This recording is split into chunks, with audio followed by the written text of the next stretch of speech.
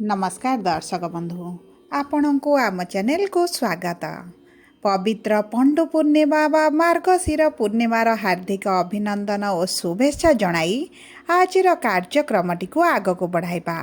ता सहित आपणकर जदि सिंह राशि होइथाए तेबे एही भिडियोटी को थरे मात्र शेष पर्यंत देखंतु एवं निजर व्यस्त बहुल समय मध्यरु मात्र 10 मिनिट समय आपण निज पाई दियंतु कहीं आमर आजिर यही कार्यक्रमटी समस्त सिंह राशि व्यक्ति विशेषों बहुत अधिक गुरुत्वपूर्ण रही। कारण यही मानवसा गुरुवार बा यही मार्गशीर पूर्णिमा दिन माँ लक्ष्मी कृपारू गुरु आसुचंती आपणकर एकादश भाव को माने लाभर भाव को मनस्कामनार भाव को एवं प्रॉफिटर गृह को जो गृह रही गुरु आपणकर शुभाशुभ फल को द्विगुणित करिवे एवं किछि दिन हला आपणकर द्वादश गृह रही आपणकर आर्थिक स्थिति रे जो खराब परिस्थिति आनिथिले सेथिरे आसीबो बड़ परिवर्तन। ता सहित दर्शक बंधु एही पूर्णिमा परठारु 4टी प्रमुख ग्रह मध्य करिवे राशि परिवर्तन। 6 डिसेम्बर रे बुध करिवे परिवर्तन, 7 डिसेम्बर रे मंगल करिवे परिवर्तन, 16 डिसेम्बर रे सूर्य करिवे परिवर्तन एवं 20 डिसेम्बर रे शुक्र करुछंती राशि परिवर्तन। जहा फल रे एही 4टी प्रमुख ग्रहंकर राशि परिवर्तन आपणक जीवन रे किछिटा शुभ फल देव एवं किछिटा अशुभ फल मध्य प्रदान करिवो। किंतु केउं क्षेत्र रे किपरि फल प्रदान करिवो ताहा आम सह भिडियोर शेष पर्यंत जोड़ी होई रहिले निश्चित भावरे जानि परिबे एवं ता सहित भिडियोर शेष भागरे आपणको किछिटा सहज एवं सरल प्रतिकार दिया जिवो जहा आपणकर अशुभत्व को दूर करिबारे शुभ शुभ फल को द्विगुणित करिबारे सहाय्य करिवो। एथिपई आपण आम सह शेष पर्यंत जोड़ी होई रुहंतु। एबे आसंतु कार्यक्रमटी को आग को बढ़ाइबा एवं जानिबा एही पूर्णिमा परठारु माणवसा गुरुवार दिन ठारू गुरुंकर महापरिवर्तन आपणक जीवन रे किभଳି प्रभाव पकाइबो। किंतु भिडियोटी आरंभ करिबा पूर्वरु जदि आपणकर भी सिंह राशि होइथाए एवं आपण भी ईश्वर को आंतरिक भक्ति एवं विश्वास करंती तेबे भिडियोटी को लाइक करंतु। कमेंट बॉक्स रे जय जगन्नाथ जय माँ लक्ष्मी अवश्य लिखि दियंतु। ता सहित आम सह जोगाजोग करिबा पई भिडियोर मध्य भागरे एक व्हाट्सएप नंबर टिए दिया जाइछि जो नंबर साहाय्य आपण आम सह जोगाजोग करी निजर नूतन कुंडली प्रस्तुत करि परिबे, कुंडली विश्लेषण कराई परिबे किंबा आपणकर चाकरी विवाह व्यवसाय प्रेम संपर्क शिक्षा स्वास्थ्य को नहीं किछि समस्या रहिछि ताहार सहजरे एवं स्वल्प मूल्य रे समाधान करि परिबे। सेतिपई आपण आम सह भिडियोर शेष पर्यंत जोड़ी होई रुहंतु एवं व्हाट्सएप नंबर माध्यम रे आम सह जोगाजोग करंतु। एबे आसंतु कार्यक्रमटी को आग को बढ़ाइबा। देखंतु देवगुरु बृहस्पति आपणकर द्वादश गृह रे विराजमान करी आपणकर आर्थिक समस्या को अधिक बढ़ाइतिले कारण कुंडलीर षष्ठ अष्टम एवं द्वादश गृह को शुभ बोली मना जाएनी। तेणुकरी जेते शुभ ग्रह हेले मध्य सेही गृह गुड़िकरे अशुभ फल प्रदान करिथांती। देखंतु गुरु आपणकर द्वादश गृह रे जेहेतु थिले आपणकर ऋण करज बढ़ी जाइथिला एवं ऋण सुझी न पारिबा कारणरू ऋणर भार रे आर्थिक परिस्थिति कारणरू परिवार रे खुशीर वातावरण रही नथिला। आपण जदि भी विद्यार्थी थिले आपणक शिक्षा क्षेत्र रे आपण समस्या देखुतिले आपणक परिश्रम अनुपात रे आपणको फल मिलु नथिला शिक्षा क्षेत्र रे किछि ना किछि समस्या बढ़ी जाइथिला आपणकर अजथा खर्च निश्चित भाव रे हेउथिला मेडिकल रे खर्च हेबा सहित अन्य दिगरे मध्य आपणकर अर्थ खर्च हेउथिला आपणकर चाकरी रे समस्या एवं आपण चाकरी पई बारंबार चेष्टा करी मध्य जो विफलता देखुथिले निराशता देखुथिले आपणक व्यापार रे लॉस हेबा आपणक प्रेम संपर्क रे दाम्पत्य जीवन रे जो सब समस्या गुड़िक बढ़ी जाइथिला ताहा एही पूर्णिमा परठारु धीरे धीरे परिवर्तन हेबा आरंभ होइजिब कारण गुरु आसिबे आपणकर एकादश भाव को एवं एकादश गृह रे विराजमान करी आपणकर शुभाशुभ फल को द्विगुणित करिवे। तेबे सर्वप्रथमे आसंतु जानिबा आपणकर कर्म क्षेत्र बा चाकरी क्षेत्र व्यवसाय क्षेत्र रे किभଳି परिवर्तन हेबो। देखंतु आपणकर दशम गृह हेउची कर्मर गृह बा आपणकर चाकरी रे गृह ता सहित आपणकर दैनंदिन रोजगार गृह हेउची सप्तम गृह तेणुकर तेणुकरी सप्तम गृह जेहेतु राहु विराजमान करिसेंती एवं गुरुंकर नवम दृष्टि रहिबो आपणक दैनंदिन रोजगार रे बढ़ती हेबो। आपण जदि व्यवसाय करूछंती आपणकर डेली इनकम रहिछि सेतिर आपण धीरे धीरे परिवर्तन देखिबा आरंभ करिवे।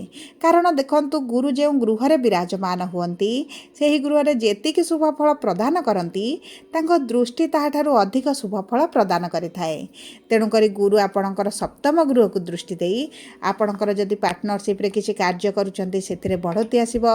जदि पार्टनरशिप रे आपणकर मांदा परिस्थिति चलीथिला अर्थ बुड़ीगला भली अनुभव करुथिले सेतिरे मध्य धीरे धीरे उन्नति देखिबे। किंबा आपण जदि पार्टनरशिप बिजनेस छाड़ी आपणकर नूतन किछि व्यवसाय किंबा कोन नूतन किछि कार्य आरंभ करिबा पई चाहुछंती व्यवसाय आरंभ करिबा पई चाहुछंती ताहा मध्य आपणक पई शुभदायक रहइबो। एवं जो व्यक्ति माने नूतन चाकरी पई चेष्टा करूछंती चाकरी हेई पारु नथिला विफलता देखुतिले बारंबार चेष्टा करिबा परे मध्य तेबे मध्य आपणकर सही क्षेत्र में शुभ परिवर्तन आसीबो। आपणकर मनपसंदर चाकरी आपणको मिल पारे। आपण जदि नूतन व्यवसाय करबा पई चाहुचंती ताहा आपणकर होई पारे किंबा आपणकर चाकरी क्षेत्र में प्रमोशन ट्रांसफर सैलरी इंक्रीमेंट अटकी रहितला आपण गोटे जगह फसी रहिला भली अनुभव करुथिले सेतिरे मध्य आपणकर परिवर्तन आसीबो। विशेष भाव में आपणकर शत्रु माने नाश जिवे। आपणक विरुद्ध जो षडयंत्र करा जाउथिला आपणको फसा जाउथिला आपणक ऊपर मिथ्या आरोप लगा जाउथिला छोट छोट भूल कढ़ा जाउथिला सेही सब क्षेत्र में आपण निश्चित भाव में उन्नति परिलक्षित करिवे। एवं जो व्यक्ति मानकर पुलिस कोर्ट कचेरी रे चाकरी रे आपनको फसा जाइछि व्यवसाय रे फसा जाइछि किछि डिस्प्यूट रे रहिछंती सेतुर मध्ये आपण बाहर को आसीबे।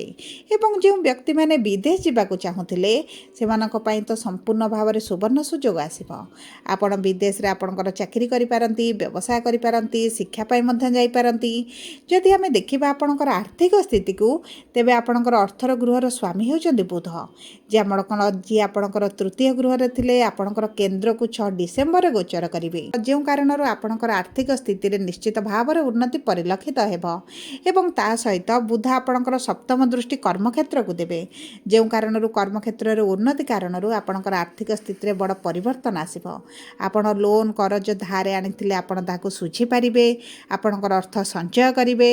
किंतु गुरु आपणकर द्वादश गृह रे रही जे खर्च को बढ़ाउथिले अजथा खर्च गुडा ही जाउथला सेतिरे आपण निश्चित भाव में रोग देखिबे।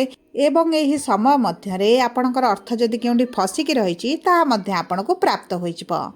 एबे आसंतु जानिबा किपरि रहिबो आपणकर विवाहर जोग एवं वैवाहिक संपर्क। देखंतु आपणकर विवाहर गृह रे राहु विराजमान होइछंती जे कारणरू आपणकर साथींकर टिके राग रुषा मनमालिन मूड स्विंग हेउथिबो।